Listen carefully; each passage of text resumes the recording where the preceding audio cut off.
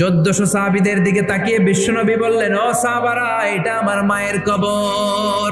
বিশ্বনবী 1400 সাহাবীরে বললেন, জিয়ারত করার সময় কেউ কিন্তু কান্নাকাটি করতে পারবা না। 1400 সাহাবীকে কান্নাকাটি করতে নিষেধ করে বিশ্বনবী যখন নিজের মায়ের কবরের সামনে দাঁড়ালেন, বিশ্বনবী ছোট্ট বাচ্চার মতো হাউমাউ করে কান্না শুরু করে দিলেন। বিশ্বনবীর কান্না দেখে 1400 সাহাবাও কান্না শুরু করে দিল। বিশ্বনবী 1400 সাহাবীদের দিকে তাকিয়ে ধমক দিয়ে বলে, তোমরা কাঁদো কেন? সাহাবারা বলে, নবী, আপনাকে আমরা অনেক ভালোবাসি। আপনার চোখ দিয়ে দার দার করে পানি নামতে দেখলে আমরা আমাদের দুটি চোখ আর শুকনা রাখতে পারি না। বিশ্বনবী মায়ের আদর পায় নাই, কিন্তু মায়ের কবরের সামনে দাঁড়িয়ে ছোট্ট বাচ্চার মতো কেঁদেছে। মা বাবা আপনার সবচেয়ে বড় পীর, মা বাবা আপনার সবচেয়ে বড় দামি জিনিস।